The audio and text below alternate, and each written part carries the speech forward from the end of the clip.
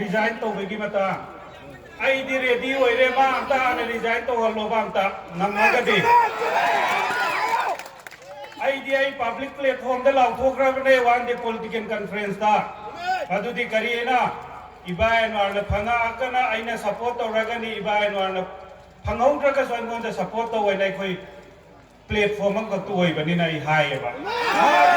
Dana leiba da Guwahati da mawong taga mawong ki photo thagalakani. Delhi da lambi da chalan me na thagalakani. Vote leap ta basaba da. Lummaga leiramaga de ngasi yalis. Ngamaga na puksen sena. Ai su bole pi nang su lep bo ai su lep ke adu duga angam bar praja sinda nungsi na hara bo khom na se ba lep na se. Tawi ai ma ga wai khum to ning de adubu ai gi oina di sahi amaga tha amagi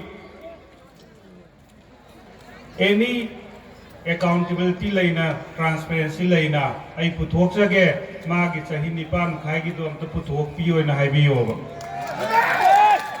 ma gi sahi nipan khai gi do ma puthok pa ngam ga ro ba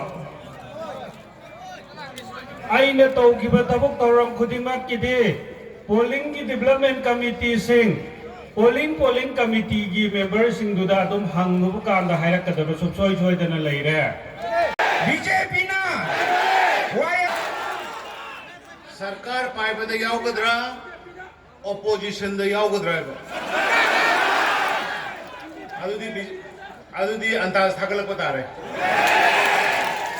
Maramdi sarkar semba isini compulsory ni. Uji ke liye hori ba 30 duki manung da miscalculation da amani shoro ne suppose 28 hai silba.